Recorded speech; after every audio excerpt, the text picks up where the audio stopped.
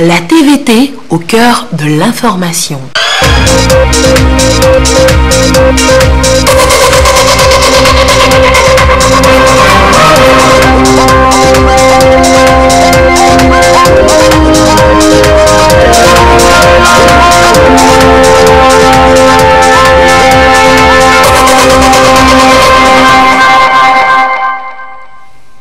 Voici d'abord les titres de ce journal. Préparatifs des prochaines élections à propos des garanties légales de transparence et de liberté de vote. Le ministre de l'administration territoriale sillonne le pays à la rencontre des acteurs de terrain invités à bien jouer leur partition. Après les plateaux et à Tapamé, il était à Kara. Nous en parlerons dans un instant.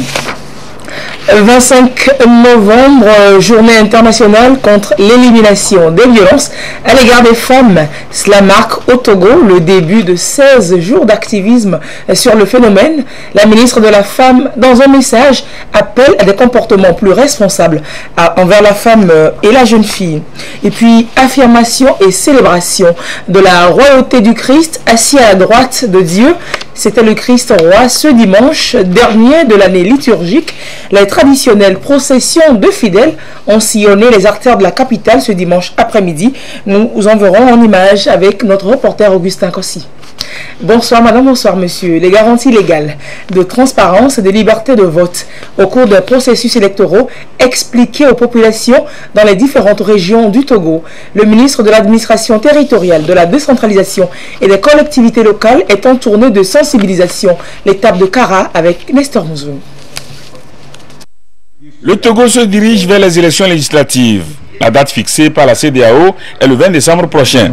Dans la perspective de ces consultations populaires, le ministère de l'administration territoriale, des collectivités locales et de la décentralisation a initié une tournée de sensibilisation dans les différentes régions comme ici à Kara. Selon les autorités de ce département, l'un des problèmes qui se posent souvent lors des élections, c'est celui de la méconnaissance des règles du jeu par les populations à la base. De cette méconnaissance découlent les risques d'incompréhension, de mécontentement et de violence. Il s'agit donc pour cette tournée d'expliquer aux populations les garanties légales de transparence et de liberté de vote au cours des processus électoraux. D'abord, il faut commencer par le fichier électoral. Le fichier électoral, vous savez, c'est le fichier biométrique. Ce système permet d'éviter que, comme dans certains pays, on vous recense, vous partez et vous revenez une autre fois pour prendre la carte. Et souvent, il y a des problèmes dans la distribution des cartes. Le système togolais est tel que on vous enregistre, vous avez immédiatement votre carte. Et si quelqu'un a été inscrit indûment, par exemple c'est un étranger, vous savez que c'est un étranger, ou bien c'est un mineur, vous allez signaler à la CELI. Il y a un délai de contentieux pour aller dire à la CELI que celui-là, il a été recensé frauduleusement. Il y a l'audit du fichier électoral. C'est une garantie supplémentaire de transparence. En 2015, des candidats ont eu jusqu'à 72 millions avant la campagne. Et après la campagne, il y en a qui ont eu jusqu'à 90 millions de plus. Plus de 160 millions payés par l'État aux candidats pour faire campagne. Ça, c'est garantie de transparence parce que souvent, certains disent nous n'avons pas les moyens de faire campagne. Donc, c'est pour ça. Autre élément de transparence, les délégués dans les bureaux de vote. Mais sont payés par l'État. Donc, tous les candidats peuvent mettre dans les bureaux de vote leurs délégués pour voir ce qui se passe dans les bureaux de vote et pour transporter les résultats. Vous avez le président et le rapporteur qui ne sont pas de la même sensibilité. Notre code électoral a tellement mis des garanties pour que tout se fasse dans la totale transparence. Des garanties comme la transparence des opérations des CELI et de la CENI et les voies de recours ont été développées. Le ministre Paradoa Boukpessi a réaffirmé à ses interlocuteurs le droit de tout citoyen de signaler les anomalies qu'il aura constatées afin qu'elles soient corrigées si elles sont avérées, ce qui contribue à la dissipation de la méfiance et à la consolidation de la démocratie. Dans le cadre justement de ces élections législatives du 20 décembre 2018, le président de la Commission électorale nationale indépendante invite tous les candidats en tête de liste ou leurs représentants à assister à la séance de tirage au sort sur l'ordre de positionnement sur le bulletin de vote qui aura lieu le lundi 26 novembre 2018 à partir de 16 h au siège de l'institution. La présence de tous est indispensable. et ce forum de haut niveau sur le développement des zones de transformation agro-industrielle au Togo, qui a tenu toutes ses promesses cette semaine à Lomé. Investisseurs, partenaires au développement, institutions financières internationales et nationales étaient à ce rendez-vous. L'initiative est portée par le Centre autonome d'études et de renforcement des capacités pour le développement du Togo, avec l'appui de la Banque africaine de développement. Le compte rendu d'Augustin Kossi. Les bases d'un partenariat public-privé en faveur de la transformation agro-industrielle au Togo se mettent progressivement en place. En 2 jours, institutions financières, partenaires au développement venus de divers horizons ont échangé sur les enjeux et les conditions de développement et de la modernisation de l'agriculture togolaise. Et au sorti, je retiens 4 grands axes qui pourront être pris en compte dans la formulation des recommandations de ce forum, à savoir la nécessité de renforcer les capacités des acteurs qui sont impliqués dans le secteur, la structuration même des acteurs, la mise en place d'un cadre institutionnel approprié, l'amélioration des capacités d'absorption en agissant sur les mécanismes de financement existants, les dispositifs de crédit qui existent et bien sûr tout le volet communication, vulgarisation, sensibilisation des acteurs impliqués dans le domaine du secteur, dans le secteur agricole. Ce que nous retenons vraiment à l'issue de ces 2 jours, c'est que le Togo dispose d'énormes potentialités de production agricole et aussi les banques sont prêtes à accompagner les partenaires publics-privés à y investir pour booster ensemble l'agriculture. Nous sommes beaucoup appesantis sur divers panels, dont le partenariat public-privé et aussi les pôles agropoles qui sont développés au Togo et les intérêts d'investissement qui sont dans ces agropoles-là. La transformation agro-industrielle et manufacturière au Togo est une priorité inscrite à l'axe 2 du plan national de développement 2018-2022 et le gouvernement entend promouvoir des pôles de croissance et des filières porteuses à travers des agropoles et des parcs industriels. Les promoteurs du forum rassurent quant aux orientations à donner aux recommandations pour que les projets agro-industriels soient financés à travers le partenariat public et privé. Nous avons eu Et pendant donc ce temps, le suivi de l'exécution du projet d'appui à l'employabilité et à l'insertion des jeunes dans les secteurs porteurs est en cours. Une mission de supervision du projet était à Lomé et dans l'Est Mono.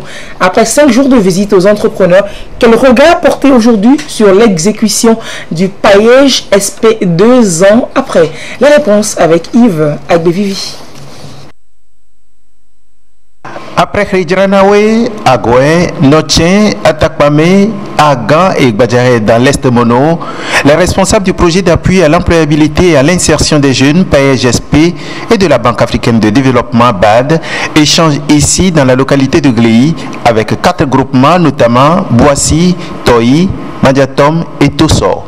Une discussion qui, suivant l'esprit de la mission de supervision, a permis de s'enquérir des avancées et les contraintes du projet initié par l'État togolais en 2016 pour répondre aux préoccupations de l'emploi des jeunes togolais. La vision du gouvernement en mettant en place ce projet est de créer les conditions d'une croissance économique inclusive à travers le renforcement de l'employabilité des jeunes par la promotion de l'entrepreneuriat dans le milieu rural. Le projet doit atteindre, c'est-à-dire en 2020, 20 000 emplois directs et toucher près de 150 000 personnes indirectement. Nous pouvons dire que nous sommes en phase d'atteindre ces objectifs. La mission de supervision qui a inspecté l'exécution du projet à mi-parcours, 2 ans après, s'est dit satisfaite des avancées enregistrées. Elle a noté les doléances des bénéficiaires en vue de l'amélioration du projet. Nous sommes partis de Lomé depuis le 20 et nous avons parcouru toutes les distances. Nous avons vu que l'apport du projet est palpable. Des structures qui sont passées de 800 tonnes à 5600 tonnes grâce à l'appui du projet depuis 2 ans. Nous avons visité la structure J4 qui passe de 500 tonnes en 2016 à 10 000 tonnes de produits soja bio exportés en 2018, c'est une progression qui va au-delà de nos estimations.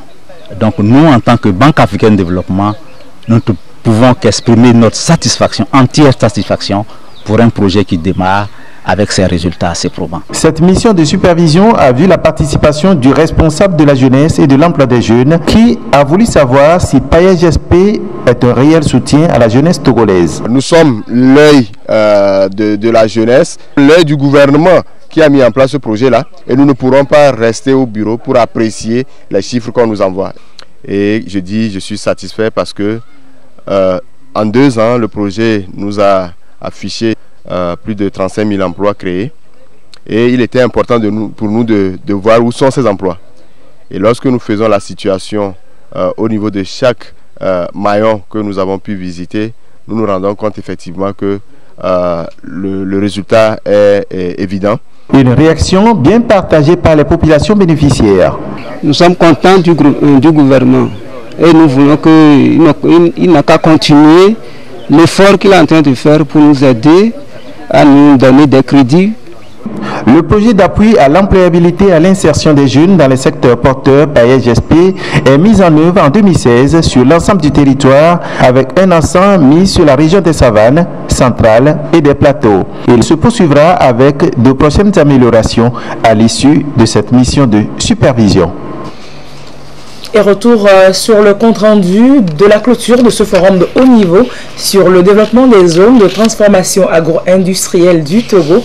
Le compte-rendu qui sera maintenant intégral. Ce forum donc qui a drainé à Lomé cette semaine investisseurs et partenaires en développement internationaux et nationaux. On voit cela avec Augustin Kossi. Les bases d'un partenariat public-privé en faveur de la transformation agro-industrielle au Togo se mettent progressivement en place. En 2 jours, institutions financières, partenaires au développement venus de divers horizons ont échangé sur les enjeux et les conditions de développement et de la modernisation de l'agriculture togolaise. Et au sorti, je retiens 4 grands axes qui pourront être pris en compte dans la formulation des recommandations de ce forum, à savoir la nécessité de renforcer les capacités des acteurs qui sont impliqués dans le secteur, la structuration même des acteurs, la mise en place d'un cadre institutionnel approprié, l'amélioration des capacités d'absorption en agissant sur les mécanismes de financement existants, les dispositifs de crédit qui existent et bien sûr tout le volet communication, vulgarisation, sensibilisation des acteurs impliqués dans le domaine dans le secteur agricole. Ce que nous retenons vraiment à l'issue de ces 2 jours, c'est que le Togo dispose d'énormes potentialités de production agricole et aussi les banques sont prêtes à accompagner les partenaires publics-privés à y investir pour booster ensemble l'agriculture. Nous sommes beaucoup appesantis sur divers panels, dont le partenariat public-privé et aussi les pôles agropoles qui sont développés au Togo et les intérêts d'investissement qui sont dans ces agropoles-là. la transformation agro-industrielle et manufacturière au Togo est une priorité inscrite à l'axe 2 du plan national de développement 2018-2022 et le gouvernement entend promouvoir des pôles de croissance et des filières porteuses à travers des agropoles et des parcs industriels. Les promoteurs du forum rassurent quant aux orientations à donner aux recommandations pour que les projets agro-industriels soient financés à travers le partenariat public et privé. Nous avons eu à beaucoup échanger entre les différents acteurs de développement sur les enjeux d'une promotion de l'agriculture, d'une agriculture moderne à haute valeur ajoutée, mais également les enjeux de cette agriculture moderne sur le développement de notre pays. Les recommandations qui sont issues du forum seront reversées et transmises aux autorités compétentes afin de continuer les réflexions dans la mise en œuvre des actions qui devraient être prises. C'est donc une première étape pour une meilleure appropriation de l'axe 2 du PND. ce qui va sans doute susciter des investissements au profit d'un agribusiness au Togo. Et dans la région de la Kara, on expérimente justement de meilleures pratiques agricoles. Elles sont jugées satisfaisantes et devront aider les producteurs en cas d'appauvrissement des sols. Ces essais sont en cours de réalisation au centre de recherche agronomique de la savane humide. C'est à Kabou, dans la préfecture de Bassar. Et justement, une journée porte ouverte a été organisée pour partager les résultats avec producteurs et autorités locales. On en parle avec Mr. Mouzou. Les expériences ont consisté à sélectionner une parcelle qui est morcelée en plusieurs sous-parcelles sur lesquelles une culture vivrière, notamment le maïs, a été semée selon différentes procédures. D'abord le semis après labour et bionnage, ensuite le semis direct, donc sans labour, puis des semis sur d'autres sous-parcelles avec différents plans de couverture. À la saison agricole suivante, à la place du maïs, c'est le coton qui est semé, mais dans les mêmes conditions que le maïs. Les procédures utilisées permettent l'observation de certains phénomènes. Quand nous faisons les cultures conventionnelles, à force de labourer, il y a la lame de la roue qui dame le sol et ça forme une croûte. Et quand on met les cultures n'arrivent pas à envoyer les racines en profondeur. Mais avec les plans de couverture, ces plans de couverture, les racines cassent le sol, donnent une structure très ameublée et laissent que quand la culture vient, sa racine descend directement en profondeur à plus de 61 mètres et permet de prendre les éléments qui sont en profondeur du sol et d'alimenter la culture. Par contre, sur les parcelles où nous pratiquons la culture conventionnelle, le fait que la lamelle des roues dame et ça forme un peu du ciment après les 20 cm, les racines à ce niveau-là prennent les positions latérales et ne vont plus en profondeur. Automatiquement, n'arrivent plus à avoir les éléments nécessaires pour alimenter la plante. C'est de la même manière qu'il y a un peu de période de sécheresse, ces plantes-là sentent plus que des plantes semées sous couverture végétale. Ces pratiques ont amené le centre de recherche agronomique de la savane humide de l'Institut togolais de recherche agronomique ITRA à inviter les autorités locales, les producteurs et les techniciens vulgarisateurs à une journée porte ouverte. On nous a expliqué il y a certaines plantes de couverture qui fouillent le sol et après associées avec la culture du maïs et puis le coton, ces plantes de couverture permettent à la culture mise en place pour enfoncer les racines, pour profiter des éléments nutritifs. Nos attentes sont comblées par rapport à ce que nous avons vu sur le terrain. C'est très intéressant. Nous allons en retour répercuter ça sur nos producteurs à la base. Les essais qui se font à l'unité communautaire d'apprentissage de Kabou s'intègrent dans le projet Coton 4 plus Togo. Ce projet est élaboré et financé par le Brésil dans le cadre de la coopération Sud-Sud et dont l'un des intérêts est le renforcement technologique et la diffusion des bonnes pratiques agricoles. Fin samedi à Lomé de la formation des entrepreneurs sur la dynamique Impretech. Vous savez, ce programme des Nations Unies initié par la conférence des Nations Unies sur le commerce et le développement pour promouvoir la création de petites et moyennes entreprises durables, innovantes et compétitives au niveau international. Et à Lomé, c'est l'NPGF qui a initié la formation au fin de mettre 27 entrepreneurs sur la voie du succès. On voit cela avec Serge Tastom et Carmen Madji à Capo. Les entrepreneurs togolais possèdent désormais toutes les compétences pouvant leur permettre de réussir et de promouvoir leurs entreprises. Cette formation sur le développement de l'esprit d'entreprise selon la méthodologie Impretech a été pour eux un grand atout. Vous savez, depuis un certain temps, on est en train de parler de s'autonomiser par rapport à nos sources de revenus. Donc je pense que cette méthodologie que j'ai apprise me donnera les compétences nécessaires pour créer une entreprise, la valoriser et puis la rentabiliser.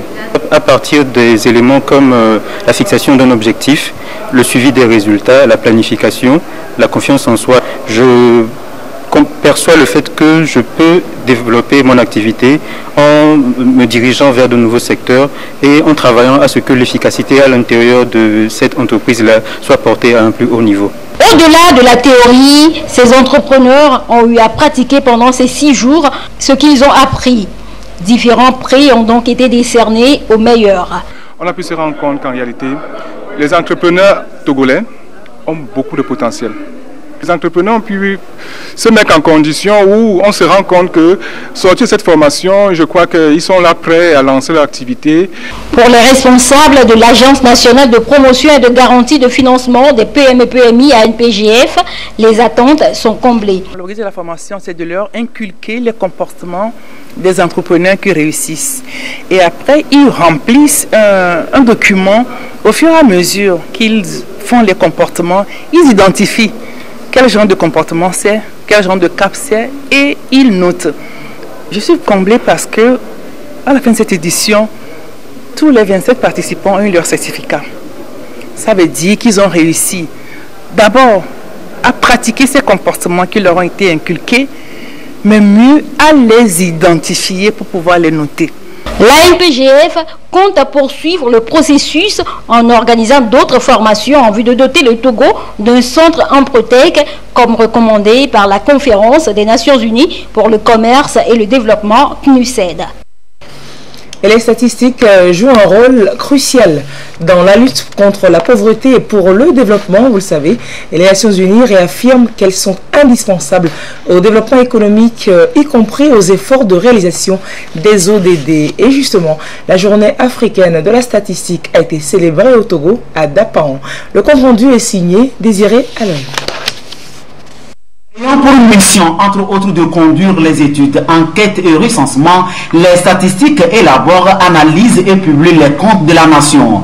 Elles restent donc un domaine important pour le développement, un outil performant qui permet de mesurer les progrès accomplis afin de projeter les perspectives. Depuis mai 1990, la journée africaine de la statistique est instituée pour sensibiliser l'opinion publique sur l'importance des statistiques dans la gestion du développement des pays. D'abord, point de convergence nationale 2018 des acteurs pour se frotter autour du thème des statistiques officielles de haute qualité pour assurer la transparence, la bonne gouvernance et le développement inclusif. Les statistiques constituent des instruments d'appréciation de niveau d'évolution, du niveau de mise en œuvre des actions et d'appréciation du niveau des politiques de développement.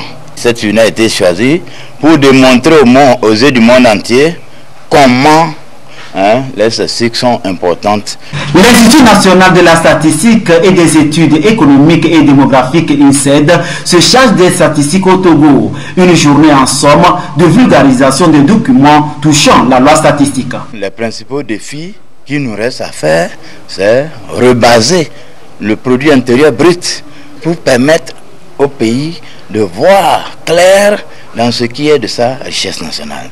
C'est de mettre en œuvre le recensement général de la population en 2020 pour revoir la structure de notre population. Produire les statistiques courantes pour que nous puissions prendre des actions en faveur du développement. Ce que nous retenons, c'est de travailler chaque acteur dans son domaine à fournir des informations utiles et vraies, justes, pour que le gouvernement puisse, à partir des statistiques de qualité, pouvoir prendre de bonnes décisions pour permettre le développement et le bien-être des populations. En tant que cadre administratif, les statistiques regroupent les fournisseurs, les producteurs, les utilisateurs des statistiques publiques, les organes de coordination, les instituts nationaux de formation de statisticiens et démographes.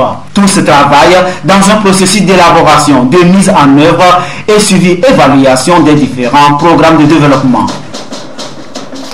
Et d'une journée à une autre, à Lomé, l'on célèbre depuis mardi dernier la sécurité routière. C'est à l'initiative du ministère en charge des Transports. Et jeudi, les différents acteurs de la route se sont retrouvés pour échanger autour de divers thèmes, notamment la courtoisie sur la route, le constat des accidents. Plus de précisions avec Dodo Waré. Le Togo a enregistré cette année près de 3000 cas d'accidents avec 286 morts.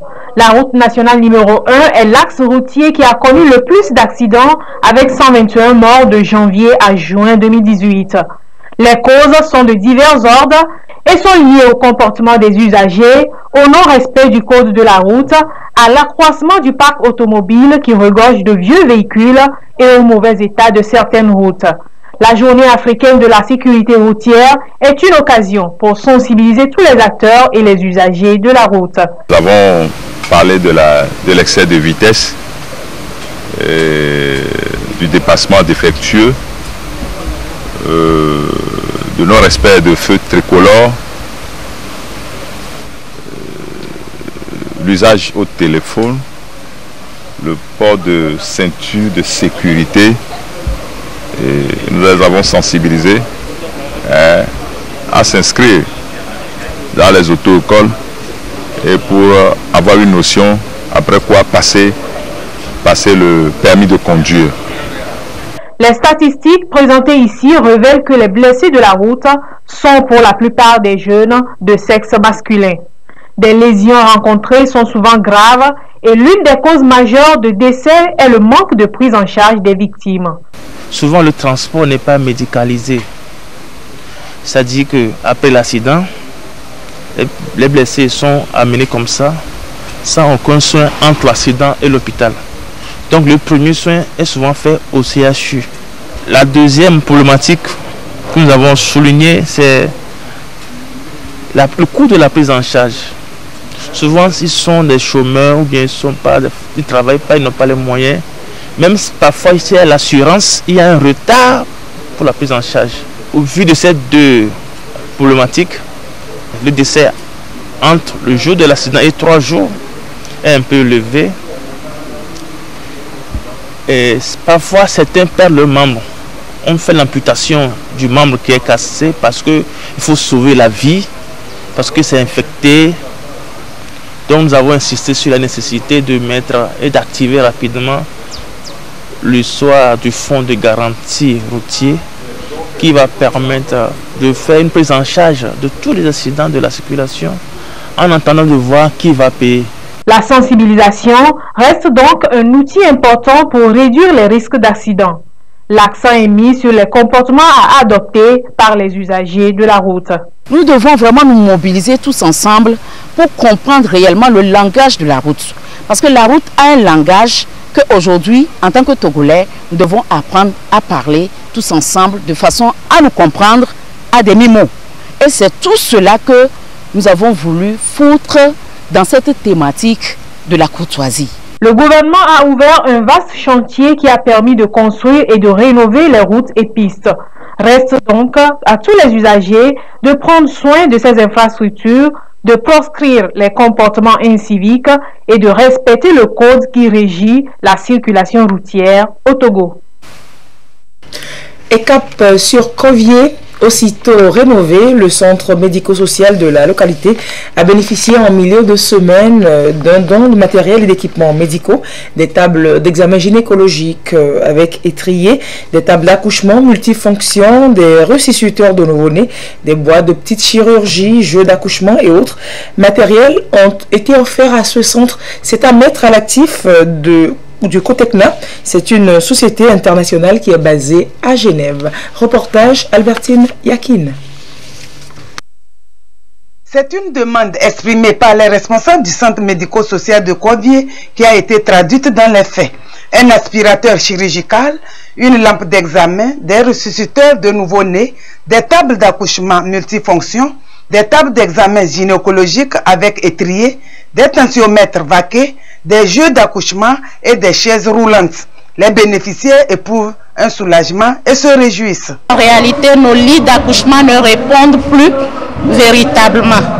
Donc, ce don est vraiment bienvenu pour pouvoir encourager nos patientes à venir faire l'accouchement dans le centre de santé. C'est vraiment un soulagement pour nous. Vu le matériel, ça va les pousser à venir accoucher dans le centre parce que c'est vraiment confortable. L'autorité traditionnelle de la dite localité a salué ce geste de la société Cotecna, un acte qui vient répondre aux besoins en équipement de cette structure sanitaire. Je veux sensibiliser la population, premièrement les femmes, d'aller à l'hôpital. Tous les chefs du village, ils veulent faire ça dans leur localité. Et je vais mettre un comité de suivi. Moi-même, je serai dedans. Je vais surveiller ça pour que le joyau qu'on nous a donné reste longtemps. Selon les donateurs, c'est un accompagnement pour soutenir les actions sociales du gouvernement. Notre comité chargé de l'évaluation des projets ayant jugé donc le dit projet pertinent et cadrant avec les objectifs stratégiques, les orientations donc stratégiques de Cotecna Inspection en termes de responsabilité sociétale de l'entreprise, mais aussi et surtout cadrant avec le plan national de développement initié par les plus hautes autorités togolaises en leur volet sanitaire, et donc a décidé d'y donner suite. Nous accompagnons l'État togolais dans la mobilisation des recettes. Cotecna œuvre dans plus de 100 pays au monde et avec plus de 3000 experts. Kovie, localité située à 25 km au sud-ouest de Lomé dans la préfecture de Zio, a accueilli la première fois la société Cotecna dans le cadre de la réhabilitation du centre médico-social de cette localité. Cette société œuvre dans 100 bureaux au monde. Basée à Genève en Suisse, elle est présente au Togo depuis 1995 avec pour mission accompagner les États dans le domaine du commerce, de la sécurisation et la fiabilité de la chaîne d'approvisionnement. Et une autre société, c'est Scan Togo, qui se distingue dans la préservation de la biodiversité et des écosystèmes sur le littoral Bénin-Togo et dans le delta du Mono. La société d'exploitation de mines s'est mise à la norme ISO 14001. C'est une norme relative aux exigences de systèmes de management environnemental. Voilà donc de bonnes pratiques qui inspirent d'autres acteurs. Des précisions avec Ekwe Salah. Sur ce site de Scan Togo sont produites chaque jour 5000 tonnes de clinker. Depuis 2015, la société s'est engagée à travers la norme ISO 14001 à respecter davantage l'environnement et à garantir la santé et la sécurité au travail à son personnel. Une disposition qui séduit aujourd'hui plus d'un. Responsables de société, organisations de la société civile chargées des questions environnementales s'imprègne ici de ces bonnes pratiques de Scan Togo. La rencontre entend les impliquer davantage dans la préservation de la biodiversité et des services écosystémiques, notamment sur le littoral du Togo et du Bénin et dans le delta du Mono. Cette implication des entreprises va partir d'abord de l'exemple que nous-mêmes nous montrons en tant qu'entreprise, puisque dès le début du processus, nous avons souscrit à un certain nombre d'engagements au niveau de l'étude d'impact qui a été menée avant l'exploitation de notre carrière. Le résultat escompté, c'est tout simplement que ce processus-là que nous avons en notre sein, au niveau du groupe Heidelberg Cement, puisse être démultiplié dans le secteur par d'autres entreprises. Le littoral du Bénin et du Togo, en passant par le Ghana jusqu'à la Côte d'Ivoire, subit une forte pression de démographie et de toute infrastructure de développement. Les organisations de la société civile que nous sommes ne peuvent pas à elles seules travailler à la conservation de cet écosystème, d'où l'importance de travailler avec le secteur privé qui développe des activités sur la côte, qui a des impacts tant négatifs évidemment que positifs sur la côte, de travailler avec ce secteur privé pour que nous trouvions ensemble des solutions pour la gestion durable de la côte. Les assises vont durer 3 jours. Elles devront permettre à ces acteurs de définir des pistes d'entente et de développer des plans stratégiques impliquant à la fois secteur privé, organisations de la société civile et décideurs politiques pour une gestion efficace et durable de la biodiversité sur la côte ouest africaine. Les ambassadeurs de paix ont démarré samedi à Atiégou une campagne de sensibilisation de la population sur les comportements civiques à adopter, surtout en période électorale. Il s'agit pour eux de faire de la population de véritables artisans de paix et de non-violence. Dodo Waré nous en parle.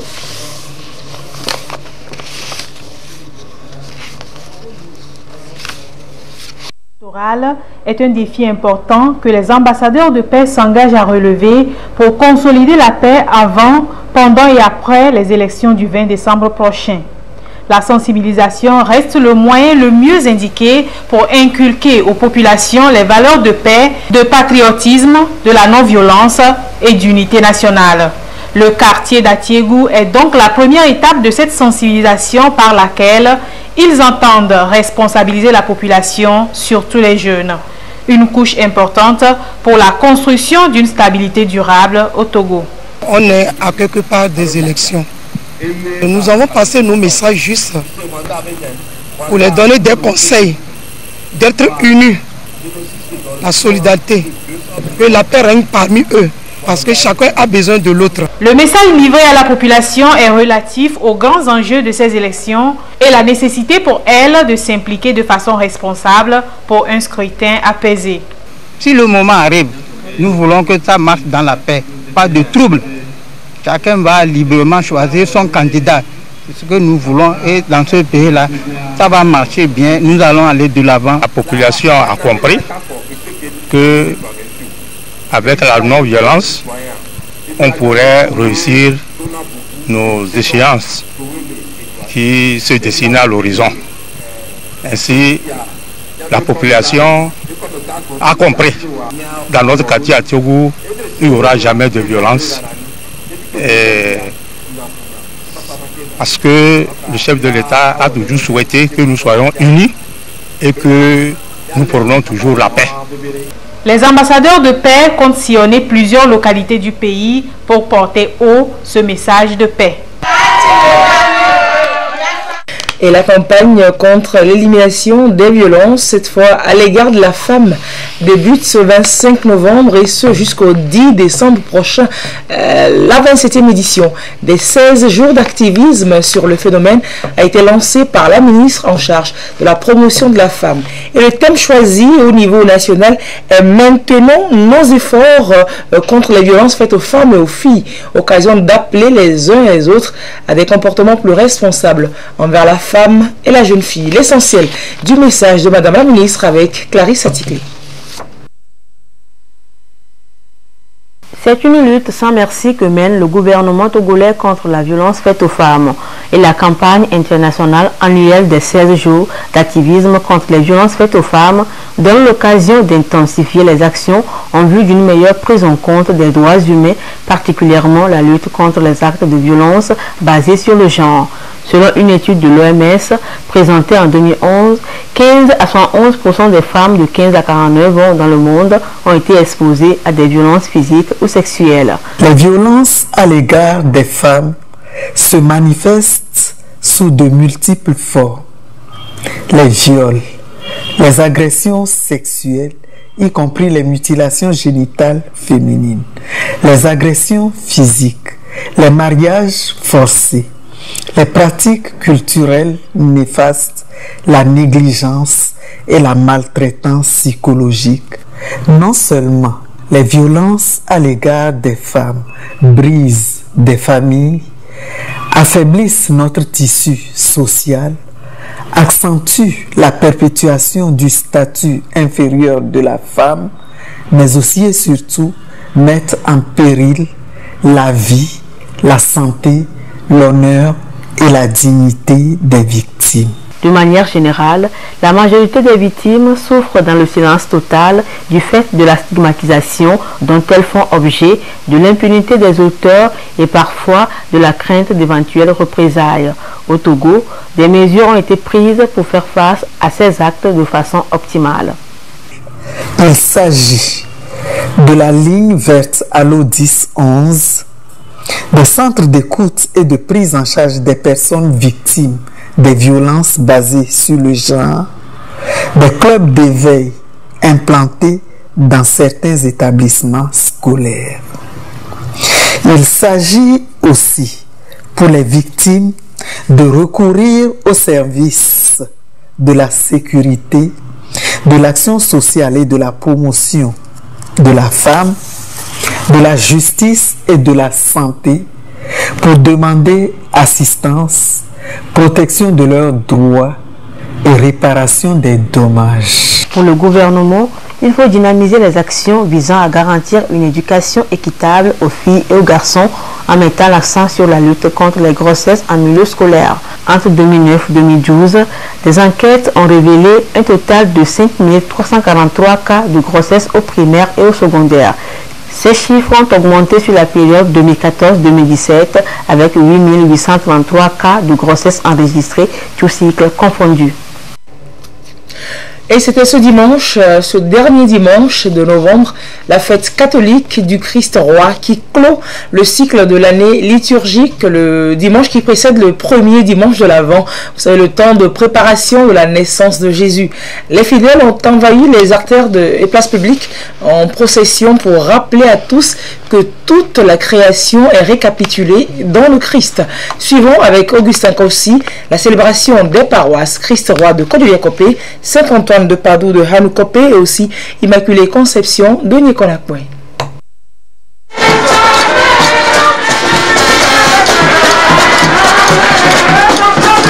La marche est dite royale et symbolise la souveraineté du Christ. Boulevard circulaire de Lomé. Les clochettes et carillonnes, on érige un reposoir au Saint-Sacrement. C'est la fête du Christ roi des rois chez les catholiques. Une impressionnante procession à travers la ville pour rendre gloire à celui qu'on appelle le sauveur de l'humanité.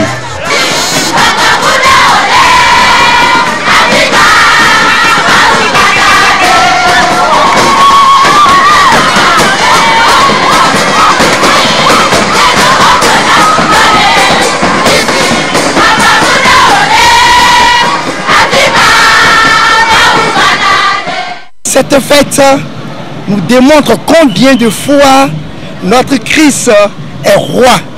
Il est roi, il accepte tous nos frères et sœurs. Nous voulons que ce Christ-là rayonne sur notre cher pays, le Togo, pour que la paix particulièrement, cette paix puisse régner dans la vie de tout un chacun.